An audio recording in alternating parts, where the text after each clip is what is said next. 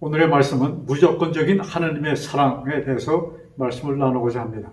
우리 출애굽기 20장 3절에 보면은 모세가 시내산에서 하나님께 돌비를 받았을 때 그 십계명에 대해서 기록이 있습니다. 그 3절이 첫째 번의 계명인데 너는 나 외에 다른 신을 섬기지 말라라고 기록되어 있습니다. 나 외에 다른 신. 그래서 나 창조주 하나님, 지금 말씀을 모세에게 주시는 그 하나님 외에 다른 하나님, 다른 신들을 섬기지 말라 이렇게 기록되어 있습니다. 그리고 그 같은 내용의 말씀이 신명기 6장 14절에 기록되어 있는데 거기에는 너희는 다른 신을 곧 사면에 있는 백성의 신들을 따르지 말라. 너희는 다른 신들 곧 사면에 있는 백성들의 신, 즉 이스라엘 국가 주변에 있는 이제 주변에 있을 그 나라들, 그 백성들이 섬기는 그 신들을 따르지 말라고 모세는 그들에게 말씀하였습니다. 즉 여기에 나는 이스라엘의 하나님, 창조주 하나님, 또 구속의 하나님을 말씀하십니다. 그러면 여기 다른 신함은 창조주 말고 다른 하나님, 다른 신을 얘기하는 것이에요. 자, 사기꾼들이 사기칠 때 가짜 물건을 진짜라고 팔 때 절대로 가짜, 이것은 가짜라고 얘기를 안 합니다. 그것처럼 다른 신들, 즉 다른 신, 사단은 그 사람들에게 본인에게, 자기 자신에게 경배하도록 가르치는데 그가 가짜라는 얘기는 절대로 안 하고 나는 참 신이라고 사람들에게 그는 얘기하고 그렇게 또 할 것에 대해서 모세는 일찍이 그것을 성경에 기록하였습니다. 그리고 하나님께서 그 사단의 계획을 아시는 하나님께서 모세를 통하여 그 십계명에 그 돌배에 기록하실 때 첫 번째 계명으로 그는 기록하십니다. 자, 그러면 내가 섬기는 하나님, 내가 믿는 하나님이 창조주 하나님인가? 그렇지 않으면 다른 하나님인가? 이것을 우리가 어떻게 구분할 수 있겠습니까? 이것은 좀 쉽게 우리가 표현하면은 하나님은 조건 없이 무조건적으로 인류를 사랑하시고 또 인류를 위하여 그는 희생을 당하시고 구속을 하십니다. 즉 그가 하신 업적은 인류를 향하여 우리 사람들을 위하여 하신 모든 일들은 조건이 없이 무조건적으로 하시는 일이었습니다. 그와 반대로 다른 신, 즉 사단이 조종한 그 신은 조건적인 것입니다. 자, 여러분, 이 세상에 많은 종교가 있습니다. 많은 신들이 있습니다. 그 중에 유일하게 조건 없이 사람들에게 복을 주시고 사람들을 위하여 하시는 하신 분은 즉 하나님 분이십니다. 즉 창조주 하나님 분입니다. 왜? 그 외 다른 모든 종교, 모든 신들은 사람이 그들에게 무언가 바쳐야만이 우리들에게 필요한 것을 준다는 것이 보편적인 종교계에 있는 다른 신들입니다. 그래서 그 이스라엘 나라, 중동 지역, 그 이스라엘 말고 다른 나라들, 즉 애굽 무슨 다른 모든 나라들의 신들은 우리가 그들이 섬기는 신에게 무엇인가를 바쳐야만이 그들은 거기에 대한 대가를 받는 것이었습니다. 그래서 이 무조건적인 우리 하나님, 이것을 성경에는 어떻게 그것을 표현하고 있는가? 어떤 일을 하셨는가? 가장 잘 묘사된 글 가운데 하나가 빌립보 2장 7절에 기록되어 있는 말씀입니다.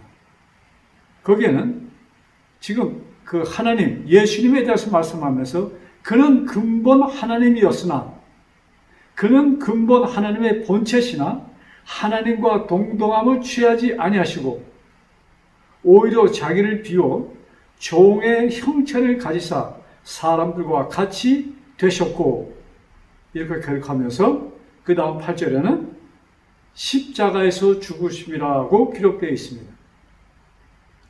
그는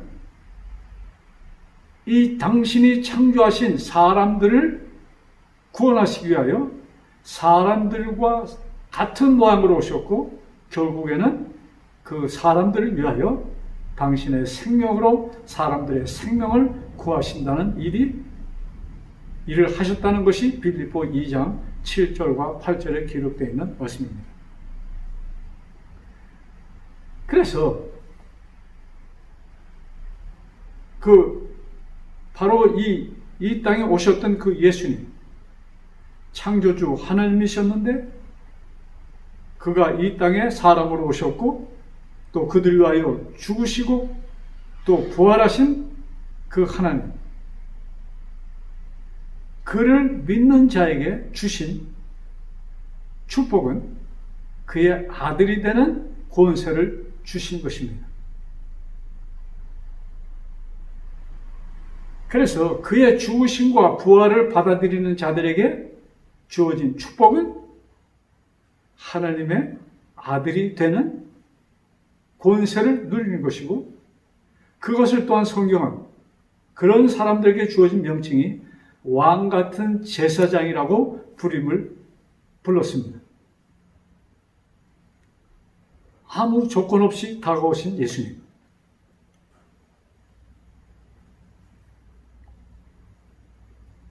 이런 자들을 찾아오신 그 하나님, 죽은 자들을 살리러 오신 그 하나님,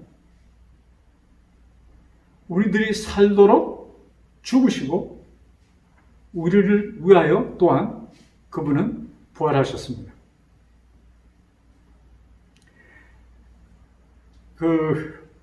요한복음에 보면은 예수님께서 하루는 베데스다라는 곳에 가십니다.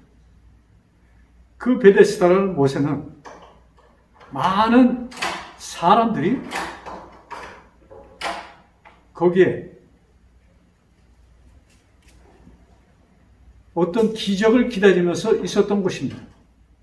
어떤 소문이 있었냐면 거기에서 연못이 가끔가다 요동하는데 첫 번째 요동할 때 처음으로 들어가는 자들은 어떤 병에 있든지 남을 받는다는 소문이 있었습니다.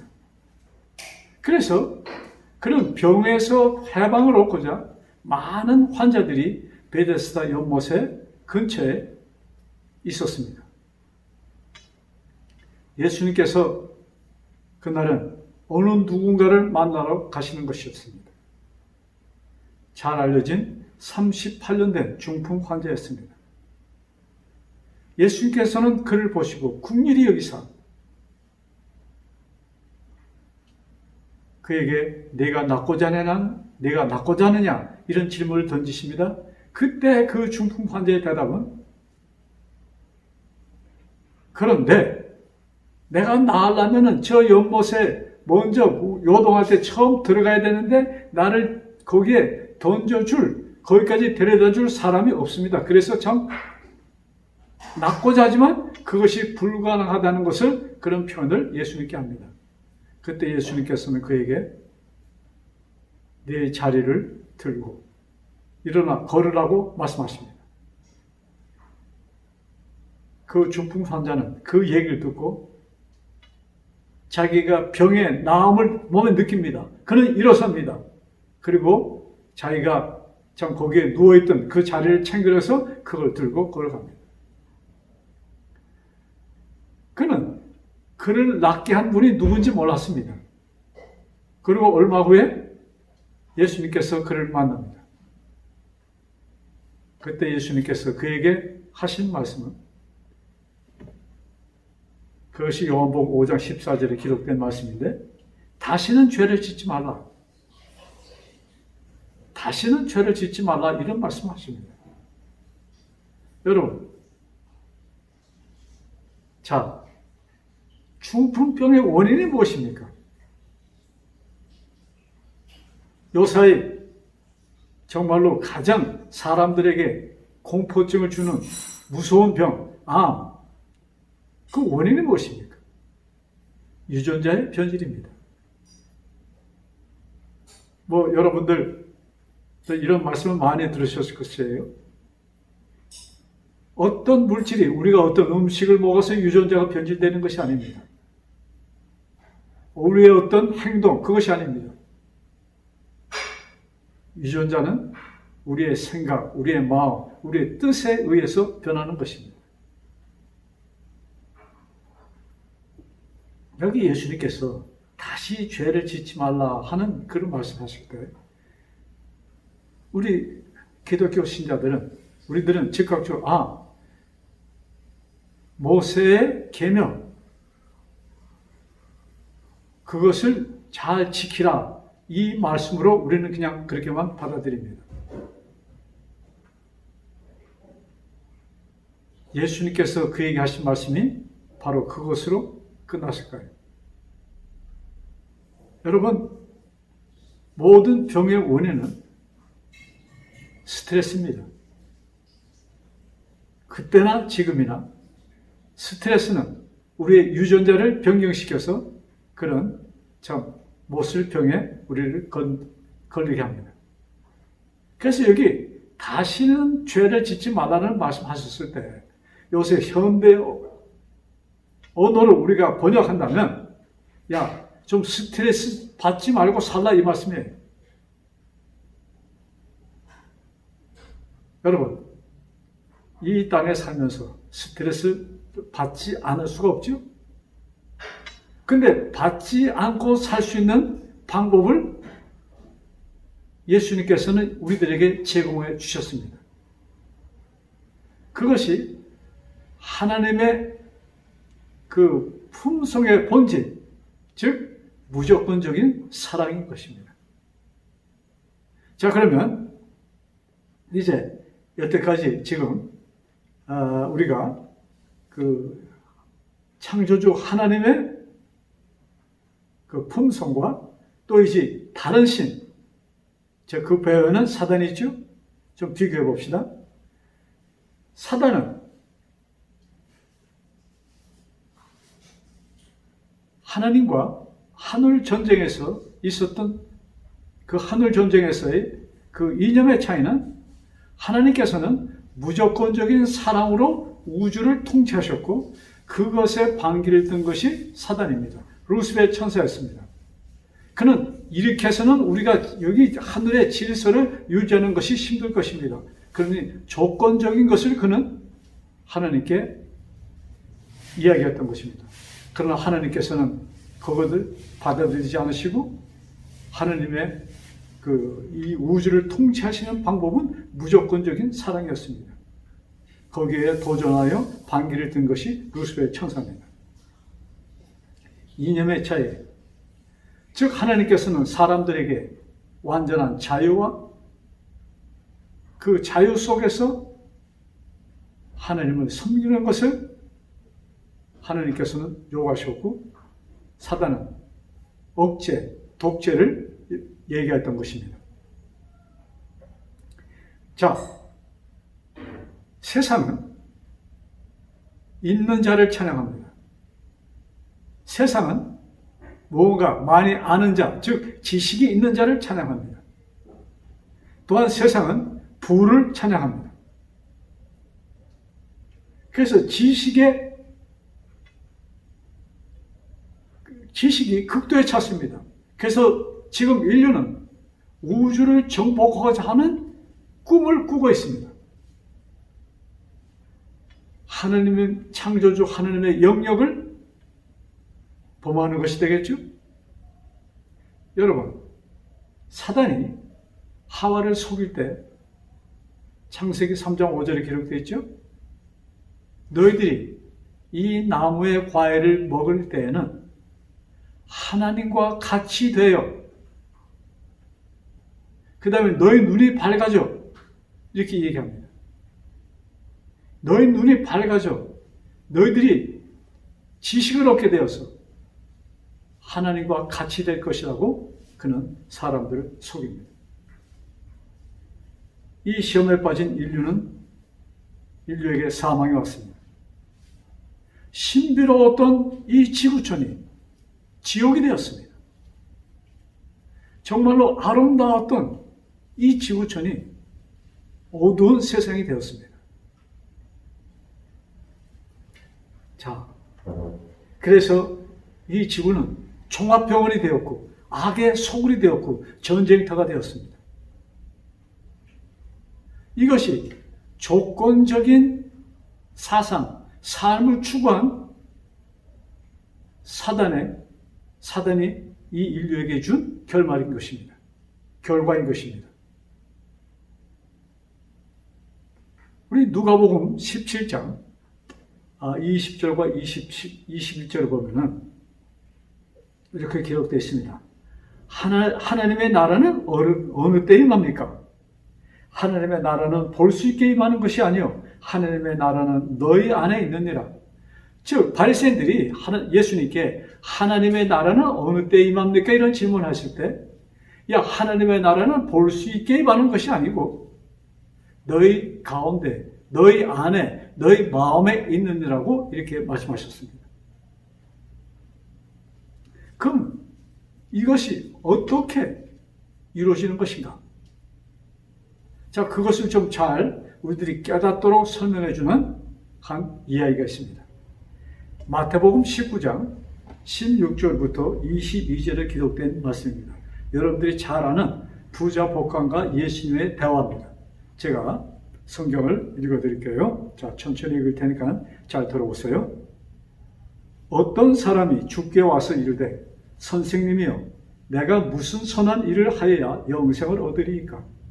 예수께서 이르시되 어찌하여 선한 일을 내게 묻느냐? 선한 이는 오직 한 분이시니라. 내가 생명에 들어가려면 계명을 지키라. 이르되 어느 계명이니까? 예수께서 이르시되 살인하지 말라, 간음하지 말라, 도둑질하지 말라, 거짓 증거하지 말라, 내 부모를 공경하라, 내 이웃을 내 자신과 같이 사랑하라 하신 것이니라. 그 청년이 이르되 이 모든 것을 내가 지켰사온데 아직도 무엇이 부족합니까? 다른 성경 번역에는 내가 어려서부터 이 모든 것을 다 지켰는데 무엇이 부족합니까? 하고 기록되어 있습니다. 자, 그때 예수님의 대답이 21절에 나옵니다. 자, 예수께서 이르시되 내가 온전하고자 할진대 가서 내 소유를 팔아 가난한 자들에게 주라. 그리하면 하늘에서 보화가 내게 있으리라. 그리고 와서 나를 따르라 하시니. 자, 예수님께서는 이 청년이 재물이 많은 것을 아셨습니다.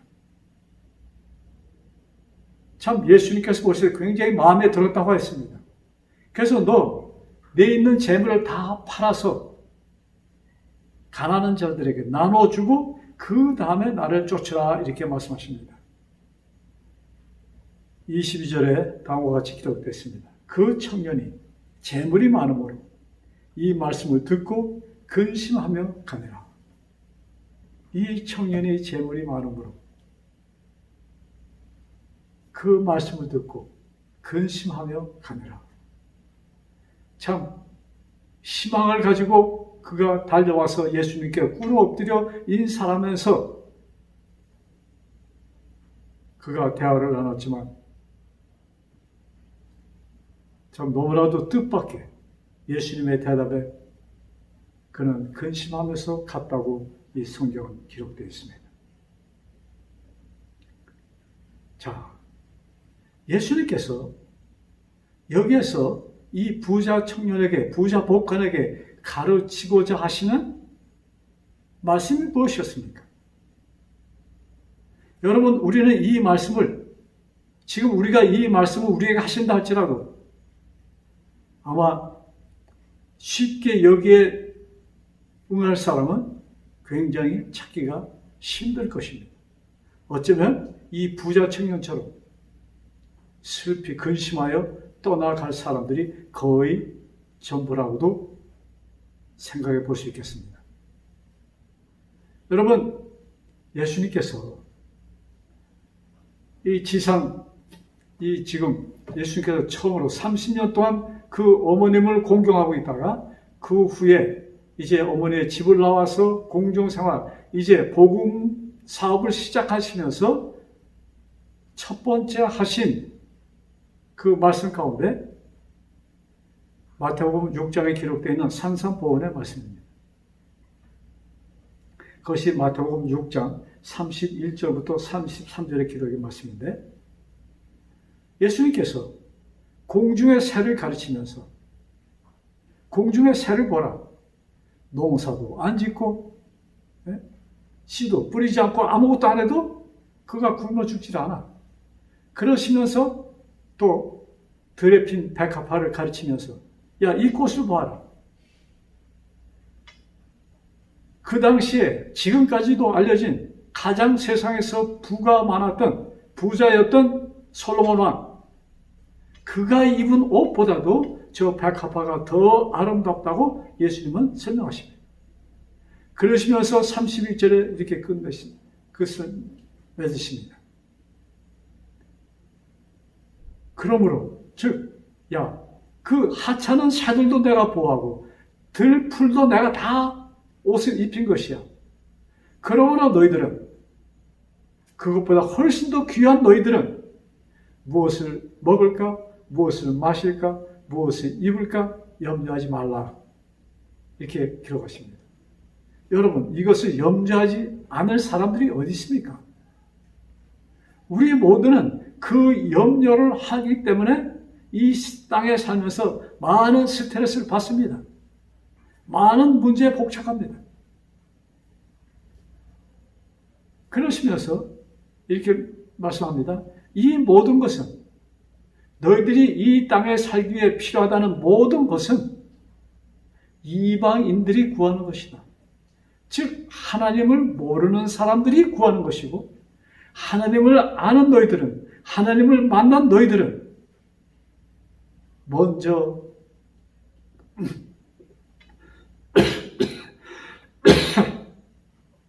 당신의 나라와 당신의 의를 구하라고 말씀하시면서, 그렇게 하시면 그 외에 필요한 것을 다 공급해 주실 것이라는 약속을 기록하였습니다. 자,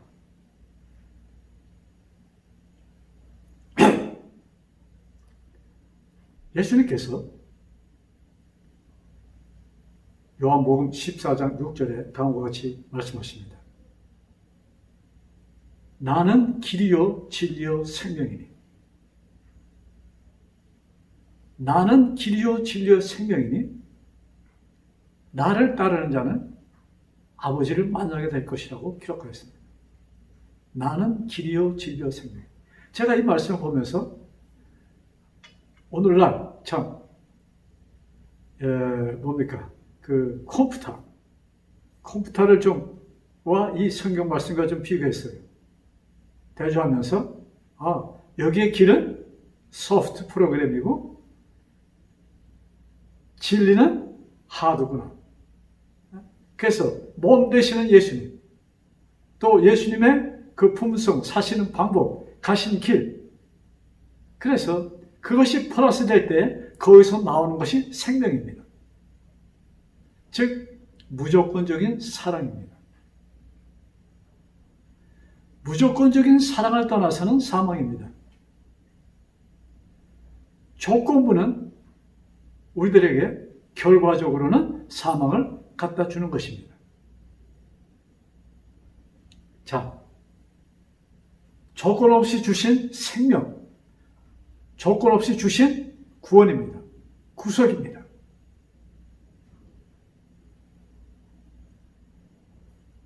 그 이유는 하나님께서 우리를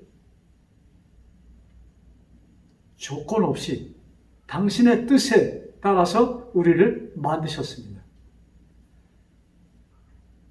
그러므로 우리는 그의 자녀들이에요. 근데 그 자녀가 자녀에게 사망이 왔기 때문에 그는 아무 조건 없이 당신의 자녀이기 때문에 우리를 구하러 오신 것입니다. 자, 그래서 조건 없이 주어진 생명과 구원. 히브리 10장 19절에 보면은 예수의 피로 지성소에 들어갈 담력을 얻었다고 기록되어 있습니다. 자, 예수의 피로 우리가 어디 가요? 지성소에 들어갈 수 있는 담력을 얻었다. 즉, 권세를 얻었다 이 말씀입니다. 우리는 예수님의 피를 통하여 지성소에 들어갈 수 있는 권리를 받았습니다. 자, 지성소에 들어가면 무엇이 있습니까? 지성소 안에는 하느님께서 계시는 곳입니다. 즉, 우리는 예수님을 통하여, 예수님의 십자가의 피를 통하여 우리는 하나님을 만날 수 있다 이것입니다. 즉, 다시 말해서 하나님을 만났다는 얘기입니다. 여러분, 죄인이 하나님을 보면은 죽습니다. 그래서 예수님이 이 땅에 오실 때 하나님으로 오시지 않고 사람의 몸을 취하셔서 오셨습니다. 사람으로 오셨다 이것이에요. 그래야만이 예수님은 우리들과 대화를 나눌 수 있기 때문에 우리들에게 그 하늘 길을 보여줄 수 있는 유일한 방법이었습니다. 근데 여기에 예수님의 피를 통하여 예수의 피로 우리는 지성소에 들어갈 수 있는 담력을 얻었다. 즉, 우리는 예수님의 피로 의롭게 되었다 이 말씀입니다. 우리들의 죄가 없어지지 않은 상태에서 우리는 절대로 하나님을 볼 수가 없습니다. 보는 즉시 우리는 죽게 되어 있습니다. 하나님을 만나고 살 수 있는 인간은 아무도 없습니다. 그 빛에 다 죽는 것이에요. 그래서 여기에 나오는 말씀은 우리가 이 의미를 깊이 생각해야 됩니다. 예수의 피로 지성소에 들어갈 담력을 얻었다는 말씀은 이제 너희는 나의 피로 의로운 자가 되었어. 더 이상 죄인이 아니야. 너희들은 거룩한 자가 되었어. 즉 하나님의 아들이 되었기 때문에 너희들은 하나님을 만났다 이렇게 기록되어 있는 것입니다. 우리들은 예수 그리스도를 통해서 지성소에 들어간 것입니다.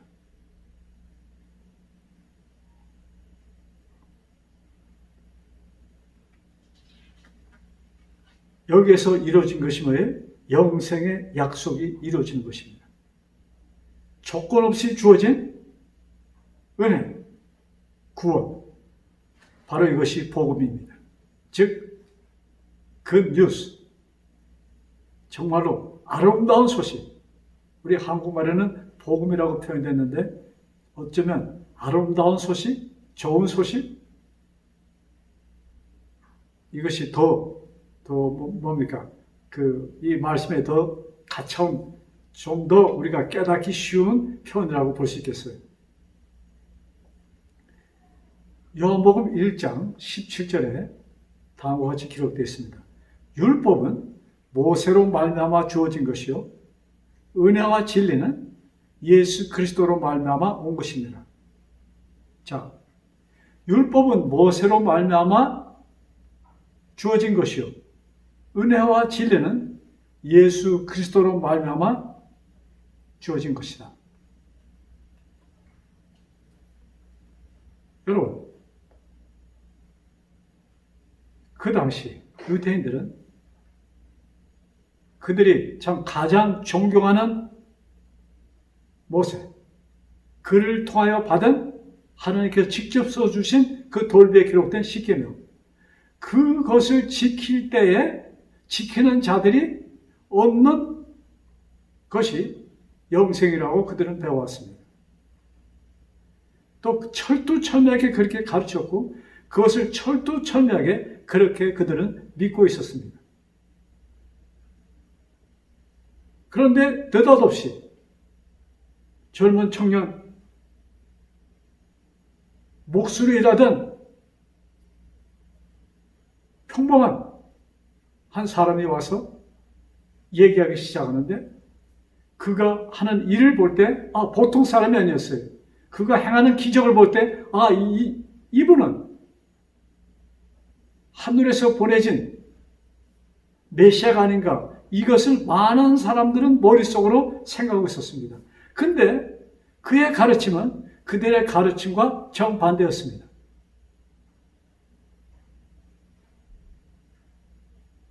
그들이 여태까지 사람들에게 가르쳤던 것은 계명을 지키는 조건으로 그들에게 이루어지는 영생이었습니다. 또 그것도 이방인들은 제해놓고 그들에게만 주어진 특권이라고 그들은 배워왔습니다. 근데 지금 이 예수라는 분은 이 구원은 이방인에게도 포함되었다는 것을 말씀하시고 또 그렇게 직접 그들과 섞여서 그들에게 복음을 나누시고 아울러서 믿음으로 구원이 이른다는 것을 그는 그들에게 말씀하시면서 보여주십니다.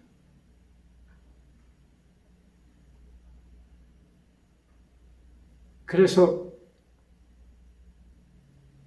예수님께서 이 땅에 계실 때 지독한 반대를 받고 참 결과적으로 그들의 손에 의하여 당신은 십자가에서 돌아가십니다. 그런데 이 유대인의 사상, 유대인의 가르침이 그 사상이 슬며시 이 기독교 안에 들어와 있는 것입니다. 우리 히브리서에 보면은 다음과 같이 기록되어 있습니다. 10장, 히브리서 10장 28절. 모세의 법을 폐한 자도 두세 증인으로 말미암아 불쌍히 여김을 받지 못하고 죽었거늘. 자, 구약 성경에 모세의 법을 어기면, 모세의 법, 그 십계명에 있는 그 기록들, 그 말씀을 어기면 돌에 맞아서 죽었습니다. 그렇게 기록하였습니다. 또 그렇게 시행되었습니다. 그것을 말씀하는 거예요. 그 다음에 29절에 이렇게 기록돼서 하물며 하나님의 아들을 짓밟고 자기를 거룩하게 한 언약의 피를 부정한 것으로 여기고, 자, 잘 들으세요. 하물며 하나님의 아들을 짓밟고 자기를 거룩하게 한 언약의 피를 부정한 것으로 여기고 은혜의 성령을 욕되게 하는 자가 당연히 받을 형벌은 얼마나 더 무섭겠느냐. 자, 하나님의 아들을 짓밟았다. 어떠한 행동이 하나님의 아들을 짓밟는 것이에요? 우리들에게 거룩함을 이루도록 주신 언약의 피, 당신의 피를 부정한 것으로 여기고, 즉 그것을 그대로 받아들이지 않고 그것으로서는 완전히 이룰 수 없다는 것을 이야기하면서 우리들이 온전하여 지고자 할진데 우리들은 계명을 지켜야 된다고 지금 가르치고 있는 오늘날의 교회들을 향하여 하시는 말씀입니다.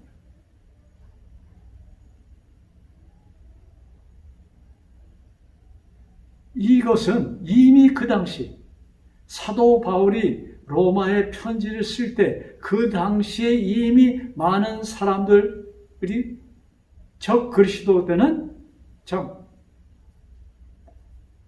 많은 사람들이 이것을 가르치고 있었던 때였던 것입니다. 그러므로 사도 바울은 단호하게 이것을 기록하는 것입니다. 모세의 법을 어기도 죽임을 당하였거늘 하물며 하나님의 아들을 짓밟는 이 일을 통하여 너희들이 허물이 없겠느냐, 이 말씀이에요. 굉장히 두려운 말씀입니다. 은혜와 진리를 주신 하나님을 거부하면서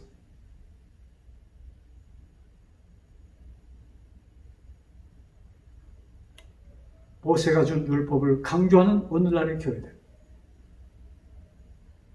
아무 조건 없이 나에게 생명의 길을 보여주시고, 그 길을 나에게 주시고, 그 생명을 나에게 주신 그분을 우리가 이 오늘날의 교회가 암암리하게 그것을 뭐예요? 무시하고 있다는 말씀인 것입니다. 우리는 예수님의 피를 힘입어 하나님의 보좌가 있는 지성소 안에 들어와서 우리는 하나님을 만난 것입니다. 우리는 당신의 피로 거룩함을 입었습니다. 우리는 당신의 피로 의로운 자가 되었습니다. 여러분, 이 말씀은 말씀 그대로 받아들이시고, 여러분, 이 말씀이 우리가 이것을 받아들일 때, 여러분, 우리들의 삶이 어떻겠습니까? 매 순간순간이 우리에게는 기쁨과 찬양의 삶이 될 것입니다. 이 삶의 주인공이 되시는 여러분과 제가 되기를 간절히 바라면서 우리 감사하며 기쁘게 사는 우리 모두 됩시다. 기도드립시다. 하늘에 계신 아버지, 비록 이 세상은 마귀가 지옥으로 만들었지만, 그러나 이 땅에서 예수님을 만나고 예수님을 받아들인 자에게는 우리 그 받아들인 자의 마음에 천국이 임하도록 만들어주신 아버지, 진심으로 감사합니다. 그리하여 우리들은 비록 참 어두운 세상에 살지만 우리는 밝게 살 수 있습니다. 비록 이 세상이 슬픔으로 가득 차 있지만, 병으로 가득 차 있지만 우리들은 기뻐 살 수 있는 이 길을 우리에게 주셨사오니 감사합니다. 아버지, 이 말씀을 받아들인 모두에게는 죽는 순간도 축복의 시간임을 우리는 알고 있습니다. 우리가 이 세상에서 호흡이 끊어진 후에 그다음 우리가 눈을 뜰 때는 예수님을 만나는 기쁨의 순간이기에 우리들은 어떤 상황과 형편이든지 즐겁게 살 수 있음을 진심으로 감사합니다. 아버지, 이 말씀이 나의 마음속에서 떠나지 않도록, 이 말씀을 듣는 모든 자의 마음속에서 떠나지 않도록 성령 하나님 역사하여 주옵소서. 이 모든 말씀, 우리를 사망에서 생명으로 옮겨주신 주 예수 그리스도 받들어 간절히 기도드렸사옵나이다. 아멘. 할렐루야, 할렐루야, 할렐루야,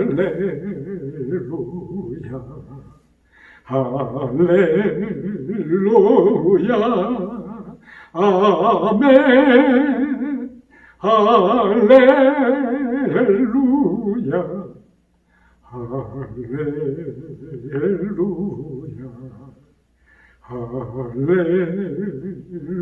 할렐루야, 아멘.